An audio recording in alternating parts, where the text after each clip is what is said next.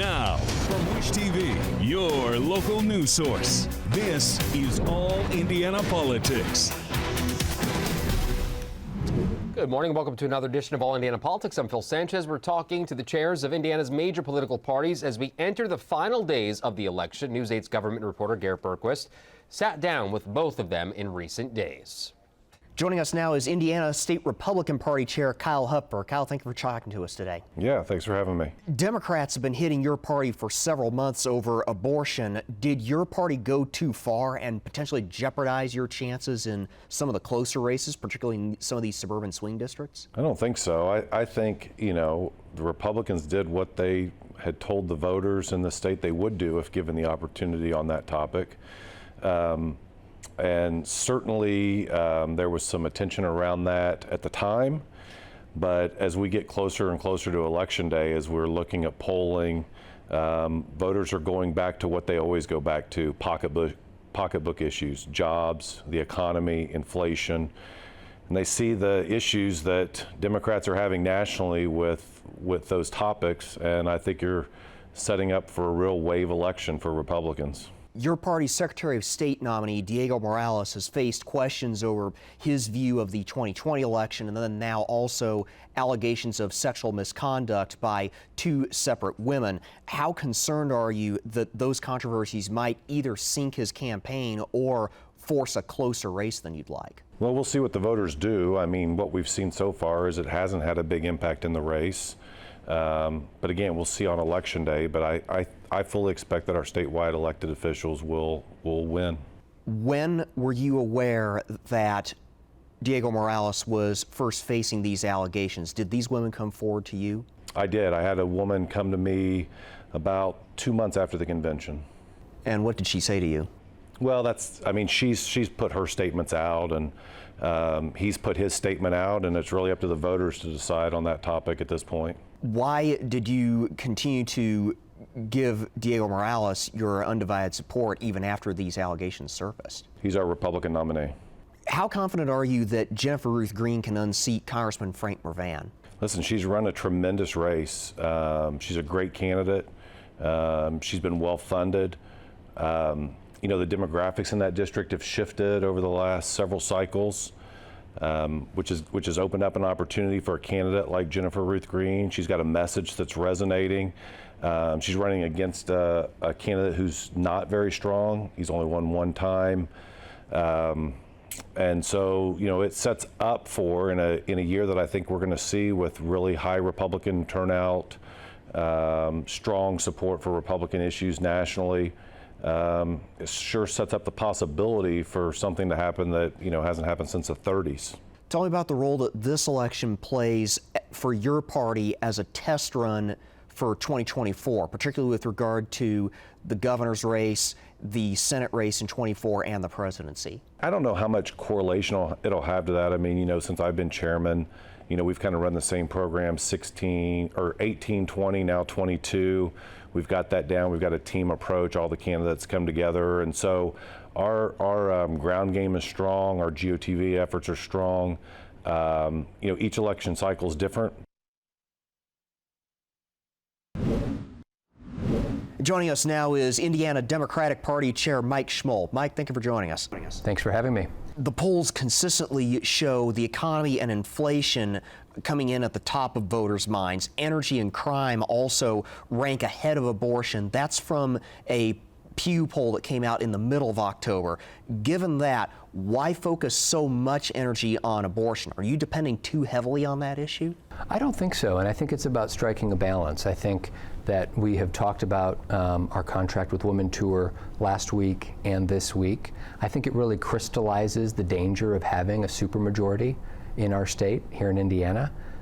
We're bottom of the barrel of so many rankings, and to become the first state in the country in special session post-Dobbs to pass a near total abortion ban, I think is unfortunate. And I think it crystallizes the problems that we have with a Republican supermajority. The way we solve that is we elect more Democrats to balance out the State House.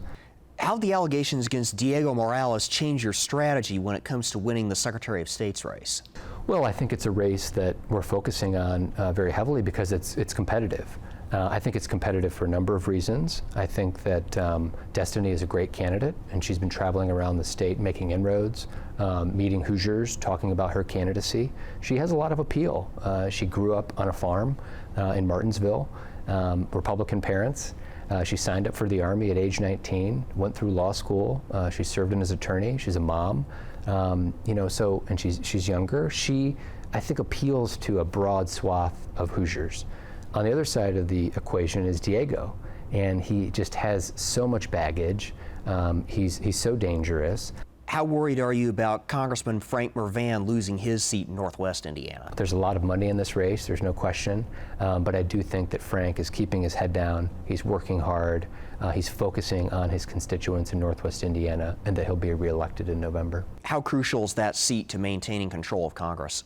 I think it's very crucial. Obviously, the balance in Congress is close, and it's a seat that's been held by Democrats for, I think, over 90 years. And so it's essential that we keep it in our column. So we have Frank Mervan in Northwest Indiana and Andre Carson here in Indianapolis. When it comes to messaging, when it comes to the issues that the Democratic Party runs on, how much is 2024 going to be influenced by what happens on November 8th? I think that remains to be seen. My hope is that, after November 8th, that we've made some gains at the State House level. We've protected what we have, and we're starting to slowly make gains in our state. So there's more Democratic office holders. And I think what'll be interesting will be, what are some of the agenda items for the session that's going to come up in the new year? What is the administration going to focus on? What's the General Assembly going to focus on? I think that those are questions that remain to be seen. But what I think.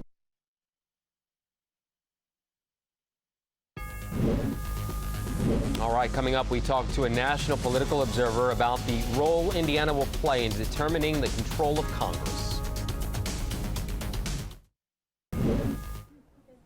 All right, welcome back. There's a lot to watch Tuesday night in Indiana and nationally. Our Garrett Bergquist talked to a leading political observer about how Indiana fits into the big picture. From a national perspective, the two races to watch here in Indiana are the Secretary of State's race and Congressman Frank Mervan's district. A national pollster tells me the vote margins in those two races will tell us a lot about where we're headed. Let's start with that Secretary of State race. Diego Morales is one of several Republican candidates for that office nationwide who have raised doubts about the legitimacy of the 2020 election.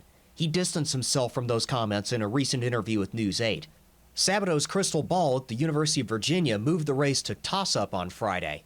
Associate Editor J. Miles Coleman says if you want to see how well 2020 election rhetoric plays when it comes to election offices, watch Hamilton County. Hamilton County, you have a very large college-educated Republican population. These would be voters who would be just fine with a Todd Young or a Mitt Romney type of Republican, not so much a Trumpier type of Republican. I'm not sure it's going to be enough to give the race to the Democrat just because Indiana is such a Republican state, but I can see a decent amount of people splitting their ticket. Up in Northwest Indiana, Democratic Congressman Frank Mervan has been locked in a toss-up race with Jennifer Ruth Green all year. Republicans need a net gain of just 5 seats to retake the House. I would say on election night, if it looks like Mervan is going to hold on, okay, well, there's maybe a chance that things might not go too badly for Democrats. If he only barely holds on, well, I think Republicans have a good chance of flipping the House. If it's a decisive win in favor of Green, I think the Republicans could have a pretty decent majority. Democrats have centered their campaigns on Republicans' role in the reversal of Roe v. Wade. Coleman says that might work with some voters, but economic issues usually top everything, especially in a midterm. Democrats also recently started playing to concerns over threats to democracy. Here's President Joe Biden last week. To meet this moment of national and generational importance, we must vote knowing what's at stake and not just the policy of the moment, but institutions that have held us together as we sought a more perfect union are also at stake. We hear a lot about that, but it's not clear how it sort of plays on both sides. If you're a Democrat and you care about threats to democracy, you may think of something like January 6th or Trump. Whereas if you're a Republican, you may interpret that as voter fraud. Whatever happens on Tuesday night, Coleman says don't treat it like a predictor for 2024. Obama saw this same thing about 10 years ago.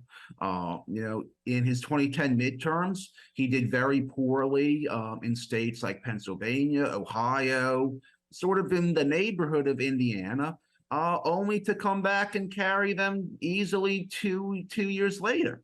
What I will say, though, is, I think inflation, we may still be dealing with that as an issue in 2 more years. If you haven't voted yet, you have until noon Monday if you'd like to vote early. On Election Day itself, the polls will be open from 6 a.m. to 6 p.m. local time. Garrett Bergquist, Wish TV, wishtv.com, and follow us on Facebook. All right, coming up, Indiana's best political team breaks down their predictions for election night. And welcome back to All Indiana Politics. We welcome back two members of Indiana's best political team, Democrat Laura Beck and Republican Mario Mastrolamani. Good to see you both. Lots to get to today. We'll begin with the Secretary of State's race. Sabato's crystal ball, as you heard on Friday, moved it up to toss-up. That came a day after reports emerged that Diego Morales might have voted unlawfully, I should say, in Hendricks County in 2018. Mario, could these controversies cost Morales the election? I don't think so. First, the issue that was brought up, I think it was yesterday, regarding the 2018 election. This was litigated in the past. This is something that even his opponents had brought up at the time, and nothing was found to be of merit. One of the things that I would say or argue is, I've been looking at voter history as the Hamilton County Republican chairman. I get statewide voter data for early voting.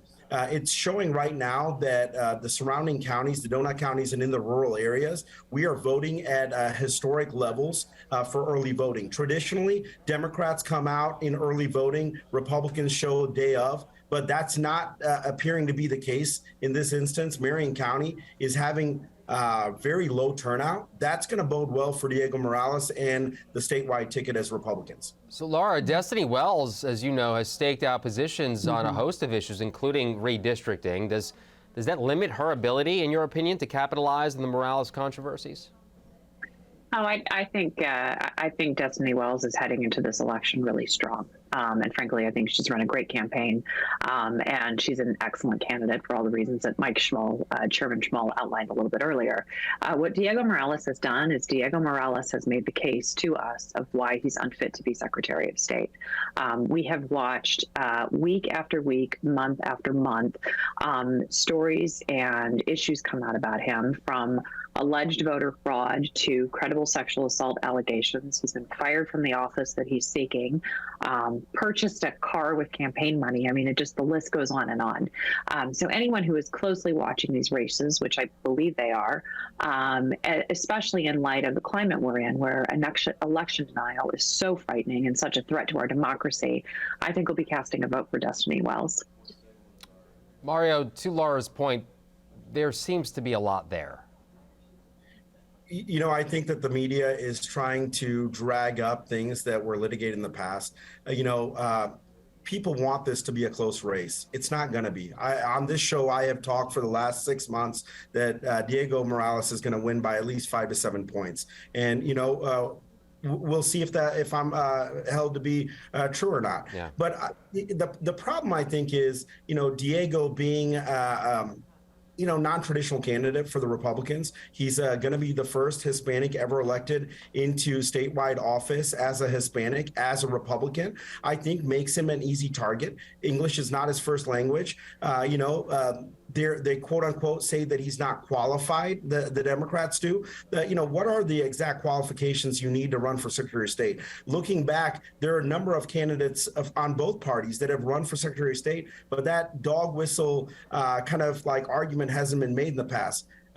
This argument of that, he's not might have committed election fraud or voter fraud. was brought up even in the primary when he ran for Congress, and that was found to be not accurate. So I think that he might be an easier target because, Democrats don't want to see us having the first Hispanic ever elected to statewide office, which we're going to make history on November 8th.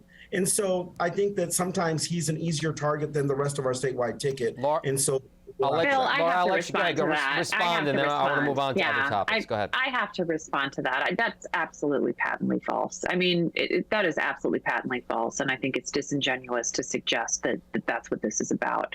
The Republican establishment didn't want him to run for a host of reasons, because, again, he has allegedly committed election fraud. He's an election denier. He believes that Donald Trump won the election in 2020, which is not true. And he also is facing a number of credible sexual assault allegations, which were brought to leaders of the Republican Party, and they did nothing about it and ignored it. And to suggest that we are making this about him in another way is it's disingenuous and it's false. Okay, well, we'll see what happens on Tuesday night. Moving on to the Frank Mrvan situation here, the race in Northwest Indiana. This has been a toss-up all year long. This one is for both of you now. To what extent is this a barometer for House races nationwide, and how crucial is this seat to control the House? Laura, we'll go with you on this one. Well, I think Frank Mrvan has been a great congressman. He knows that district well. He's from that district, longtime political family. They know how to run campaigns. They know how to win elections. So I'm probably less concerned about it. I do think it's important to say, though, that this is a new district and new maps. And so it's a little friendlier to Republicans than it may have been in the past. So we need to also be mindful of the impact that redistricting does have. But at the end of the day, I think he's a strong candidate, and I think he'll pull it out. Mario, how are you reading this race? The fact that we're talking about this race is significant. Republicans haven't held this seat in 92 years. I mean, think about that. 92 years, Republicans have not held a seat. So the amount of money, the attention that's going in is amazing. We have a phenomenal candidate, another minority military veteran candidate that is running. It's extremely close. Looking at the 2020 election, Biden won that district by 9 points. Now, it has been redistricted a little bit. It's made it a little bit more Republican, but not to cover 9 points. If we as Republicans win that seat, it is going to be an amazing night for us on November 8th throughout the country. Because what it's going to show is that the voters, not just Hoosier voters, but voters in the United States, are tired of the inflation issues, the economy, crime. Those are the issues that they're focused on. And that will show and be a statement that they want Republicans back in to be a stopgap to Joe Biden's terrible policies. I want to move the conversation to national politics now, guys. Aides close to former President Donald Trump say that Trump might announce a 2024 run on November 14th. Mario, would this clear the bench specifically as it pertains to Florida Governor Ron DeSantis and former Vice President Mike Pence? Not at all. I have friends that are closely connected to Ron DeSantis' campaign, also to the vice president, and also Mike Pompeo's campaign. And they are not concerned at all if Donald Trump runs. They are all planning on running for president in 2024. And I think it's going to be an exciting time to see who Republicans will pick to be their nominee for president in 2024. Laura, I'll let you get the last word here today. Well, I think it'll be really interesting, especially as we look at the threats that we are facing to democracy. And we've talked a little bit about this earlier, and I think that I think Mario brings up a great point. If there is a crowded Republican field for president, I think that's probably healthy and probably good, especially because 9 in 10 Americans are concerned about the rhetoric that's out there. So Donald Trump tends to have a burn it all down, and I'm going to destroy everything to lift myself up mentality. And frankly, it'll be really interesting to see how the Republican Party handles that, especially if there is a healthy Republican primary. Countdown is on to Tuesday, guys. Always good to see you. We'll see what happens. We'll talk. All right. Thank you very much. We'll be right back. Thanks. Take All Indiana Politics on the go with you. Download our podcast now. Part of the All Indiana Podcast Network and allindianapodcastnetwork.com. All right, thank you for joining us for All Indiana Politics this week. We'll be back here next Sunday morning at 9:30. You can also find our brand new All Indiana Politics podcast. It's part of the All Indiana Podcast Network at wishtv.com. We'll see you Tuesday night for Election Day. Have a great rest of your weekend.